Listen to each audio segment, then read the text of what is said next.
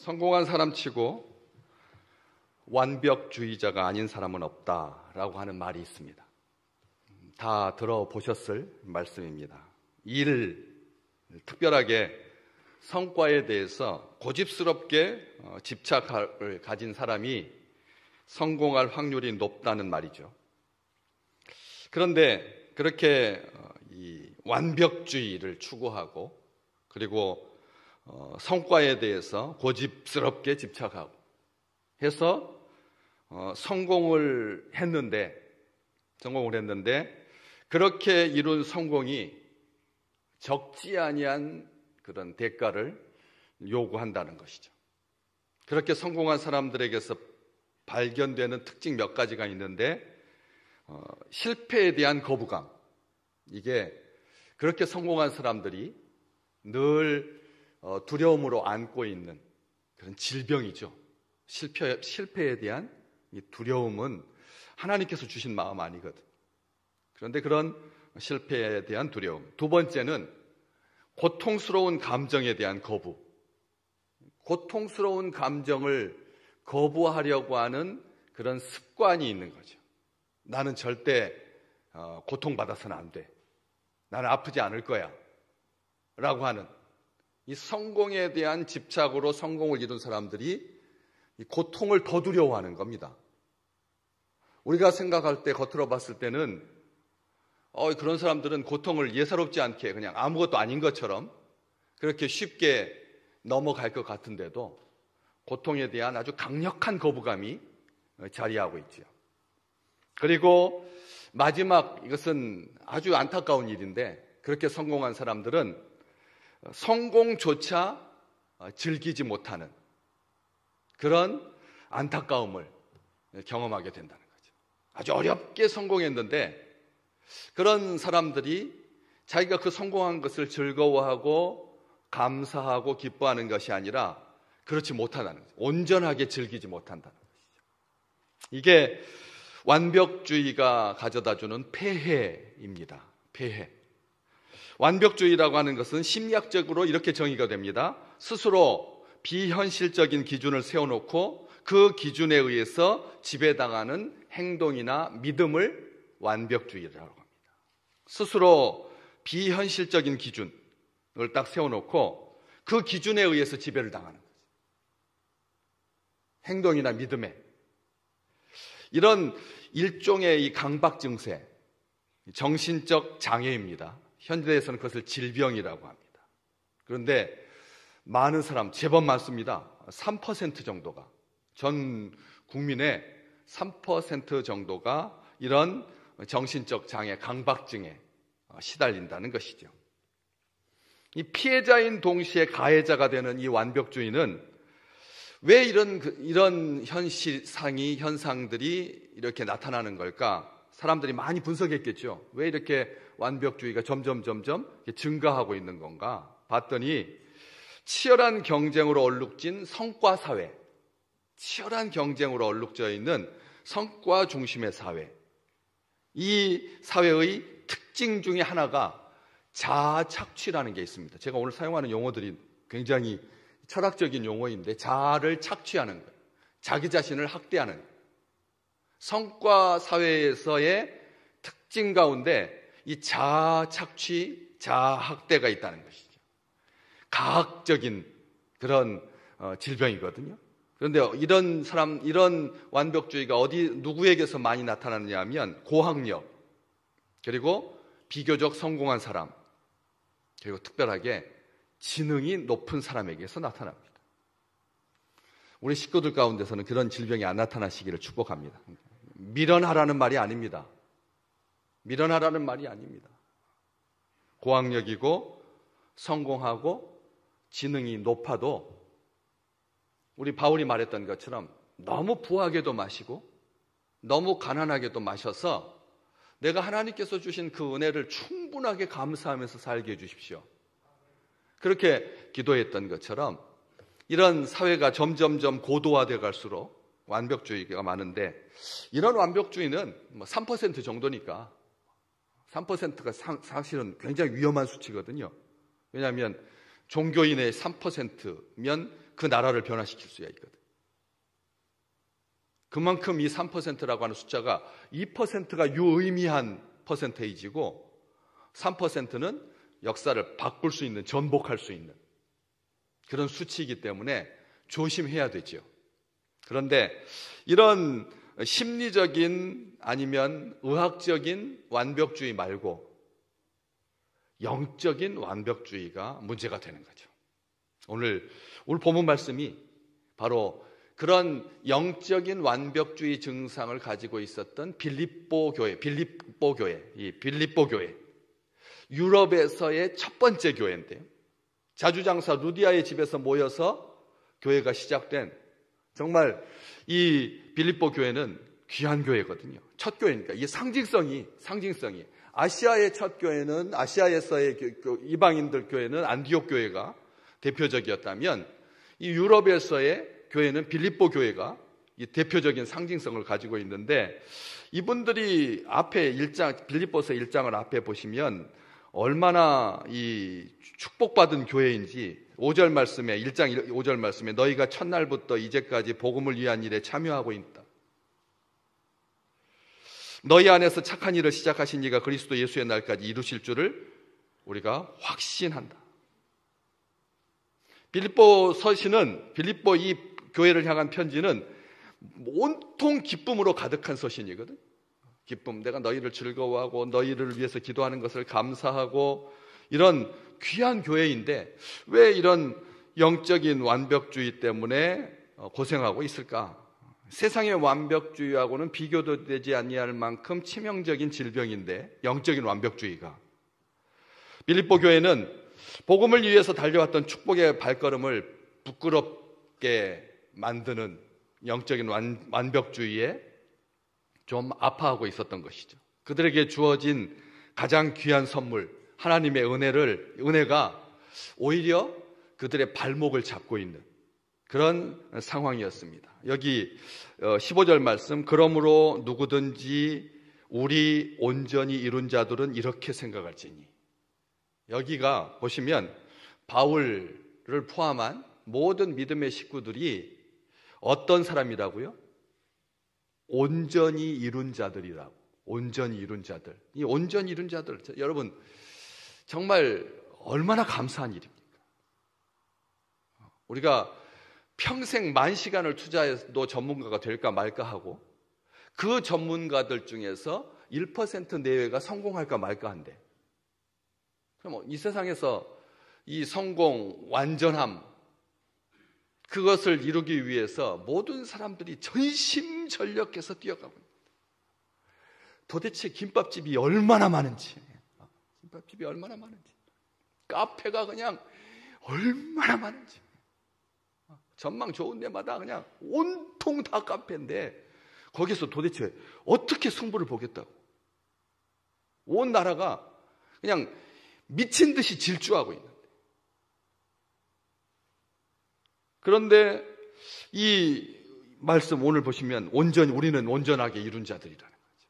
뭐 더 이상 뭘 이루기 위해서 달려가야 하는 그런 존재가 아니라 완벽하게 하나님께서 이루어 주셨다. 이 말이, 여러분 한번 바꿔서 생각해 보십시오. 이 말의 아주 1차적인 의미가 더 이상의 노력이나 수고하고 애씀이 필요하지 않은, 다 이루었기 때문에 놀아도 되는, 무의도식하는 것이 용납되는 절대적 완전을 이루어서 부족함이 없는 완전 무결한, 바로 그런 의미일까요?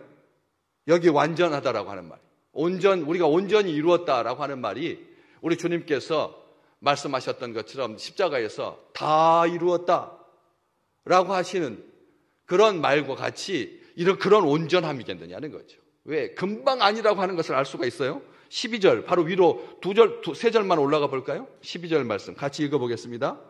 내가 이미 얻었다 함도 아니요? 그렇게 말하고 있는데요. 온전히 이루었다 함도 아니라고요. 온전히 이루지도 않았다고요. 바로 그렇게 말하고 있어요. 똑같은 말, 이 3장에서 같은 그냥 맥락, 같은 본문이에요. 그런데 12절에서는 내가 온전히 이루었다 함도 아니다, 이렇게 말했던 바울이 오늘 15절 말씀에 우리 온전히 이룬 자들은 이렇게 생각해라, 이렇게 말하니까 두 말이 어떻게 해요? 충돌하고 있는 거죠. 충돌하고 있습니다. 그렇다면 여기서 우리가 온전히 이룬 자들인가 아니면 온전히 이루지 못한 자들인가를 확인해야 되겠죠. 어디에 나와 있습니까? 히브리서 10장 14절 자막에 있습니다. 히브리서 10장 같이 한번 읽어볼까요?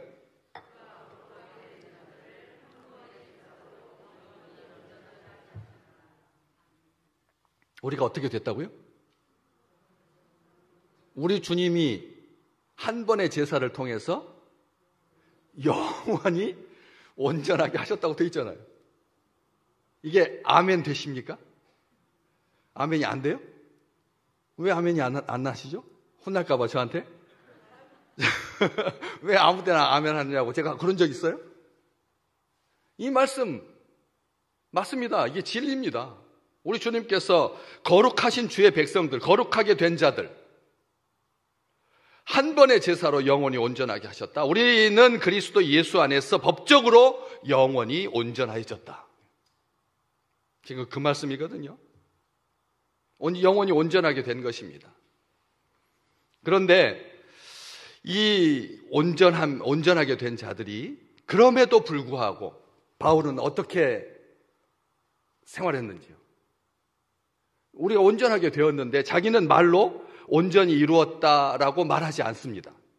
자기는 12절에 그렇게 되어 있잖아요. 바울이 나는 온전히 이루지 않았다라고 말하면서 그렇기 때문에 오직 내가 그리스도 예수께 잡힌 바 된 그것을 잡으려고 어떻게 한다고요? 12절 말씀해 보면 달려간다.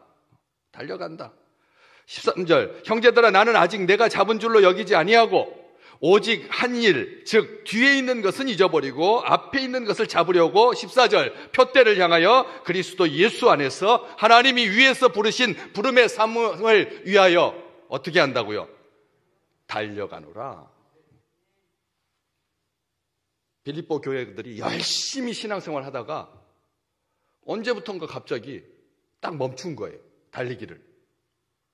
신앙의 진보가 드러나지 않은 거예요.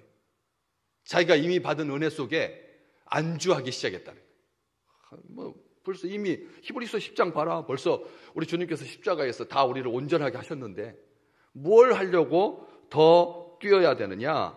이런 생각을 가진 다른 생각을 가진 사람들이 교회 안에 있었다라고 하는 것이죠.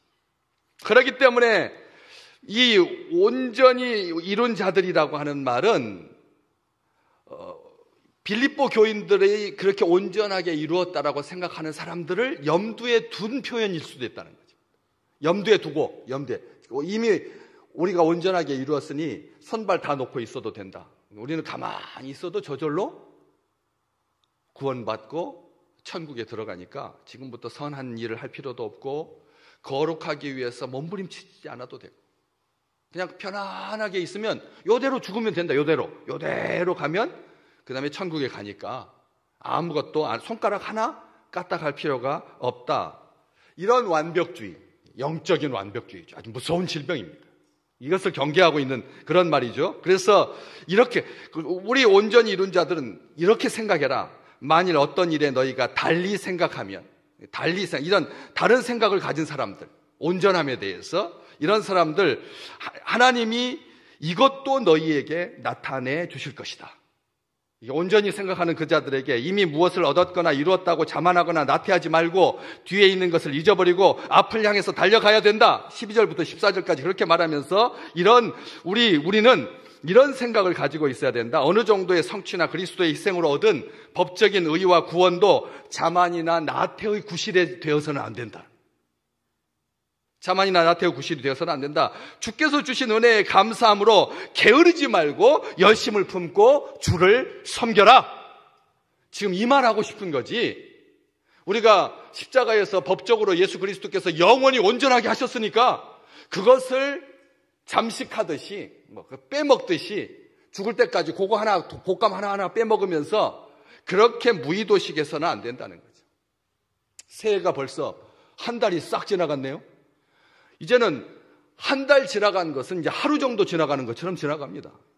이제 한 해 지나가는 것이 하루 정도 지나가는 것처럼 느껴지는 날이 올 것입니다. 우리 장로님 오늘 기도 중에 수치를 정확하게 말했죠. 우리 온 국민, 온 나라의 상태입니다. 나라의 상태입니다. 교회들마다 지금 몸살을 앓고 있습니다.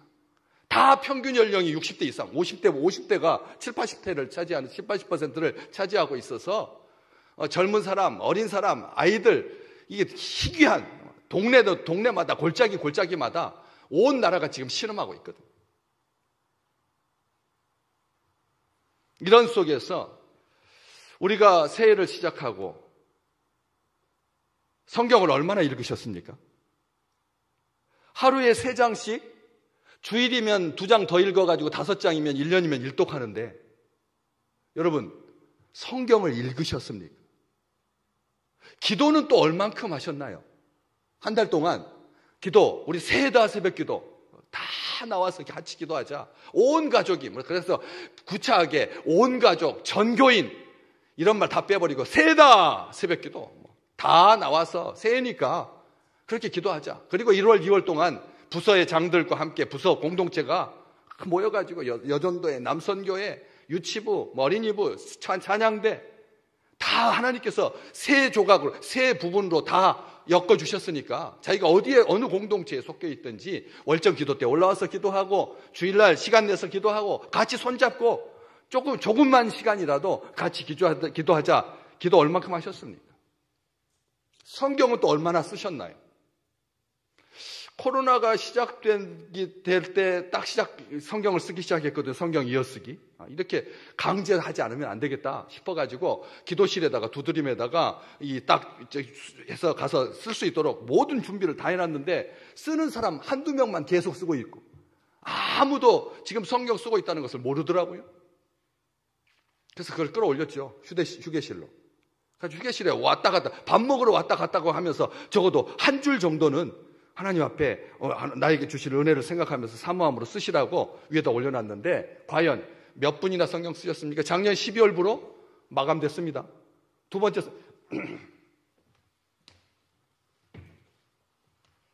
38주년 기념 성경, 우리가 쓴 성경책 10년 전에 전교인이 써가지고 지혜본에서 이렇게 있습니다. 이게 첫 번째 우리가 성경 쓴 원로 목사님께서 앞에다 서문에다가 딱 표시를 해주고 그 다음에 쓴 사람들이 이름 어디서부터 어디까지 썼는지 다 표시되어 있는 귀한 성경책. 말씀을 쓰지 않고 묵상하지 않고 읽지 않고 어떻게 영적인 진보가 드러나겠습니까? 안주하기 쉽습니다. 달려가야 합니다. 시간과 물질에 정직해야 된다. 지난 월정 기도 때 말씀 선포된 11조 잘하고 계십니까? 언제까지 20%, 전 교인의 20%만 11조를 하고 나머지는 주일 헌금으로 그냥 감사 헌금으로 그렇게 사실 겁니까?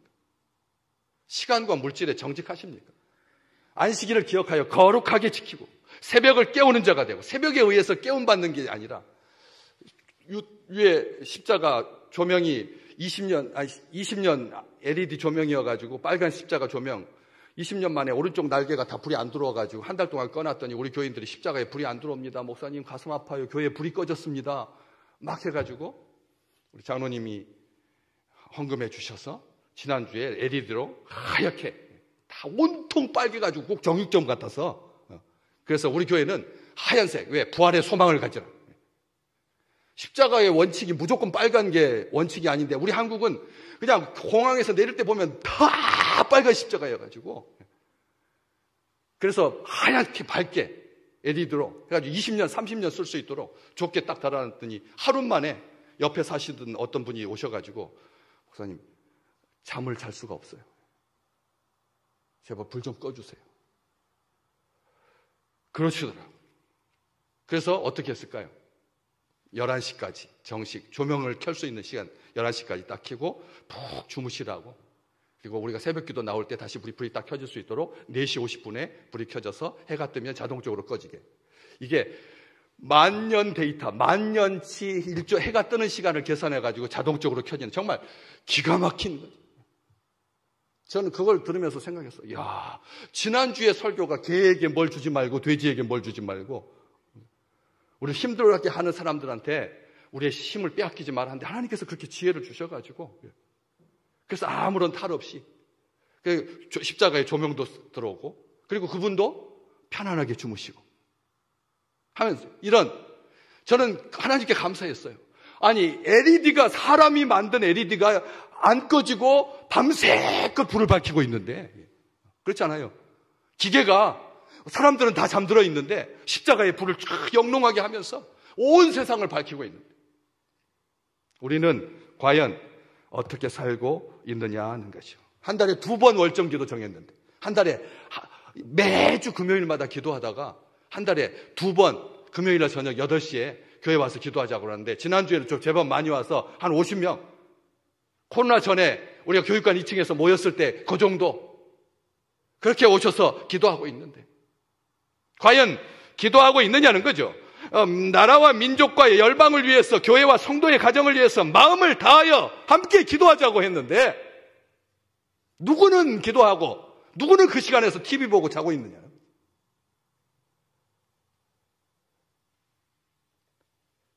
빌립보 교회가 그런 생각을 가지고 있었다는 거죠.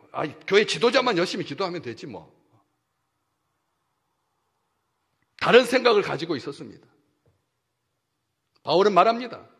우리가 예수를 믿음으로 하나님께로부터 난 의의를 가졌지만 완전한 구원에 이르지 않았기 때문에 두렵고 떨리는 마음으로 구원을 이루어 가야 한다. 완성된 구원 표대를 향하여서 달려가는 삶을 살아야 된다라고 지금 말하고 있는 것입니다. 다른 생각을 가진 사람이 있기 때문에 혹시 우리 바울이 이런 다른 사람을 잡기 위해서 생각을 잡기 위해서 몸부림치는 것이 아니라 뭐라고요? 오늘 말씀 후반부에 보시면 쉬운 성경으로 한번 띄워주실까요? 쉬운 성경으로 한번 같이 읽어보겠습니다.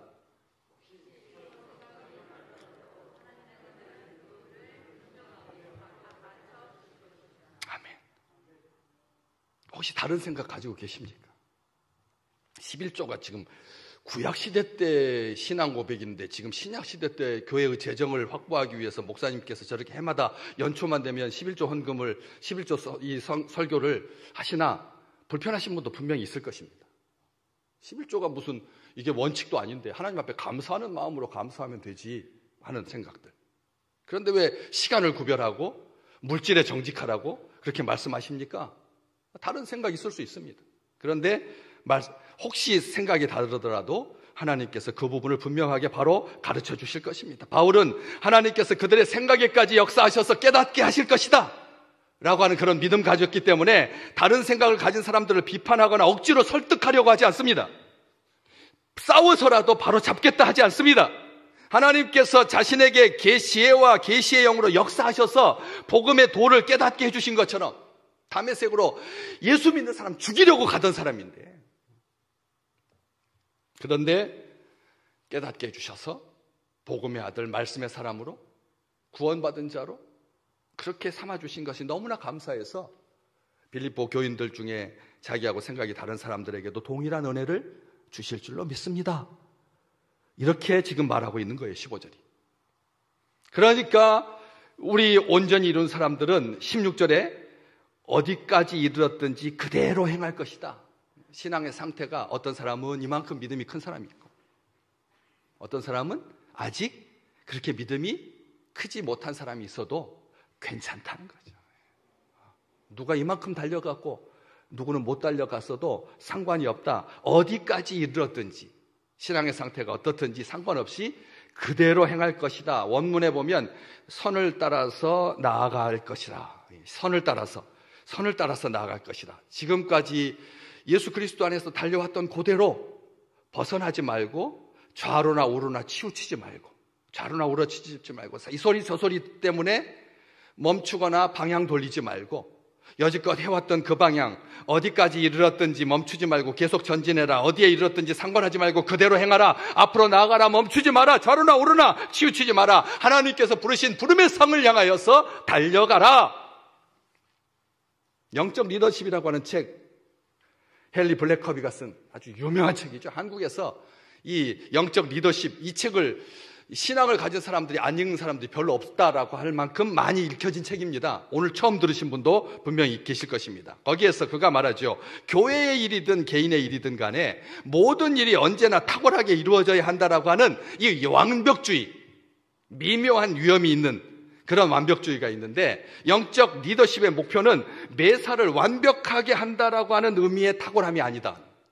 매사에 완벽해야 된다 라고 하는 그런 말이 아니라, 사람들이 현재 있는 그 자리에서 하나님께서 원하시는 자리로, 사람이 현재 있는 그 자리에서 하나님께서 원하시는 자리로 이렇게 나아가도록 옆에서 돕는 게 영적인 리더십이다 말하고 있는 것입니다. 이제 벌써 또 휴게실에 성경 이어쓰기가 한참 지나가지고 지금 데살로니가서 전도 지나고 히브리서도 지나고 신약 거의 다 쓰고 있습니다. 가서 주일날 오셔서 자기 결혼 기념일날, 자기 생일날 하나님 앞에 간절한 마음으로 기도하고 싶은 그런 마음이 들었을 때 오셔가지고 2줄 써도 되고 1줄 써도 되고, 그 뒤에다가 자기 이름 딱 쓰시라고 제가 이름 쓴 대로 제본 벌써 2번째 제본 들어갔습니다. 이제 다음 달에 나옵니다. 예쁘게 두께가 이렇게 돼가지고 A4 용지, 이거 이 사이즈에 반밖에 안 되는, 이거 A3 사이즈인데 반밖에 안 돼서, 그래서 두께가 이렇게 많아가지고 그것 한 면에만 쓰게 했으니까, 그러니까 원래는 반 정도 될 텐데 한 권으로 제본이 될 텐데 한 면만 써가지고 구약 2권, 신약 1권 이렇게 3권으로 해가지고 잘 제본해서 인조가죽으로 해가지고 앞에다 또 이게 전시를 해놓을 겁니다. 여기에다 올려놓을 겁니다. 우리가 얼마나 하나님의 말씀을 사모하는지, 우리가 얼마나 하나님의 말씀이 성취되기를 소망하는지, 우리가 말씀으로 달려가야지 그냥 멈춰 있어서는 안 되기 때문에. 믿음의 경주를 포기하지 마라. 바울은 감옥에 지금 갇혀 있지만 달리기를 멈추지 않았습니다. 모든 수단과 방법을 동원해서 개인에게, 디모데에게, 디도에게, 빌레몬에게, 그리고 교회에게, 골로새 교회, 빌립보 교회, 데살로니가 교회에게 편지로 격려했습니다. 감옥에 갇혀 있는데. 사도행전 28장 30절부터 31절 한번 같이 읽어볼까요?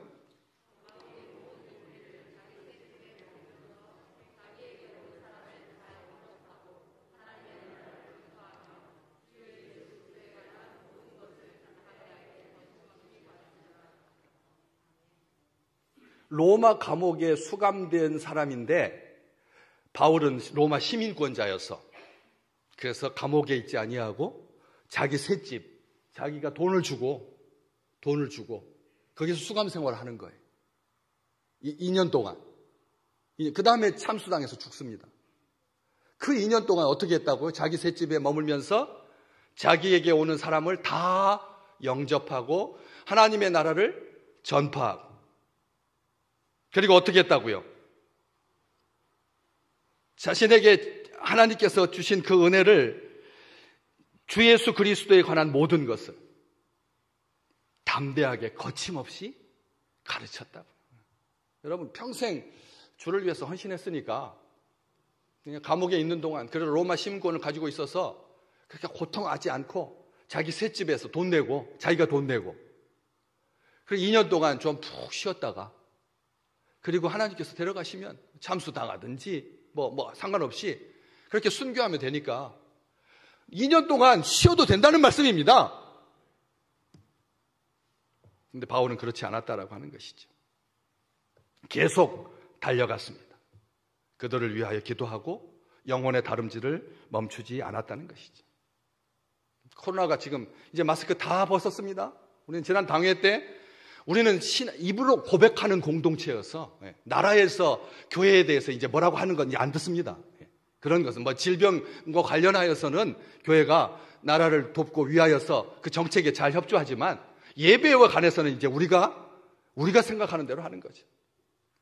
그래서 찬송 크게 부르고 통성으로 기도하고 신앙 고백하고, 이 고백 공동체이기 때문에 평균 연령이 다 50대 이상이어서, 그래서 우리는 권고사항도 아니고 예배 드리는 동안 마스크 쓰겠습니다 하고 지난 당회 때 결정했습니다.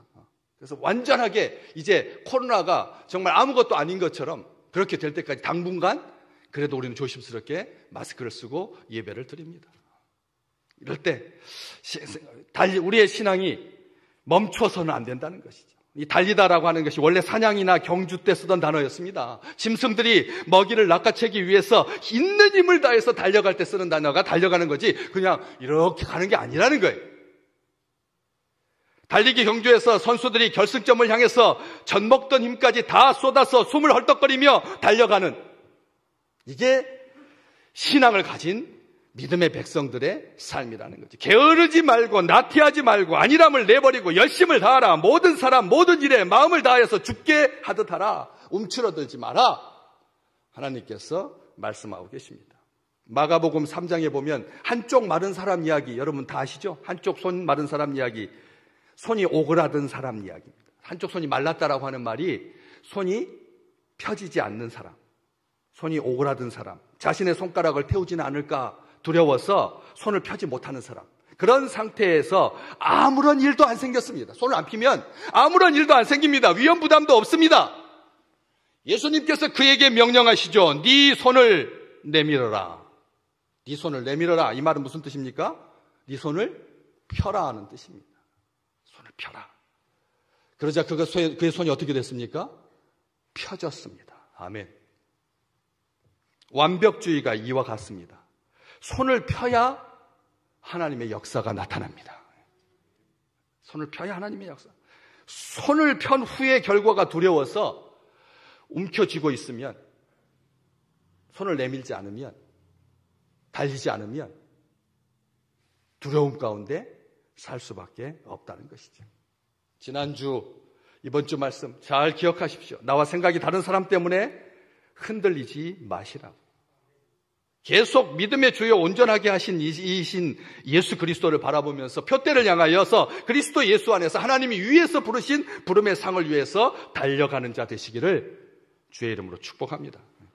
고린도전서 9장 24절 함께 같이 읽어보겠습니다.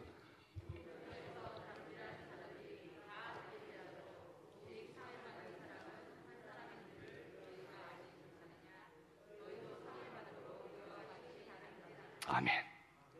상 받는 다름질이라는 거예요. 우리는 상 받는 다름질, 구원받은 것, 완전하게 이룬 것, 이것은 우리가 다 하나님께서 주신 거고 영원히 온전하게 하셨으니까 우리는 거기에다가 뭘 더 위해서요? 상을 받으려고 해. 상 받는 것. 다 같이 주의 자녀들이지만 상 받는 자 되시기를 주의 이름으로 축복합니다. 상 받는 자. 올 한 해 우리의 믿음의 진보가 드러나고 성경도 열심히 쓰고 기도도 열심히 하고 헌금도 열심히 하셔서, 그래서 달려갈 길을 달려가는, 좌우로나 우로나 치우치지 아니하는 하나님의 영광 가운데 거하는 우리 믿음의 백성들 되시기를 주의 이름으로 축복합니다.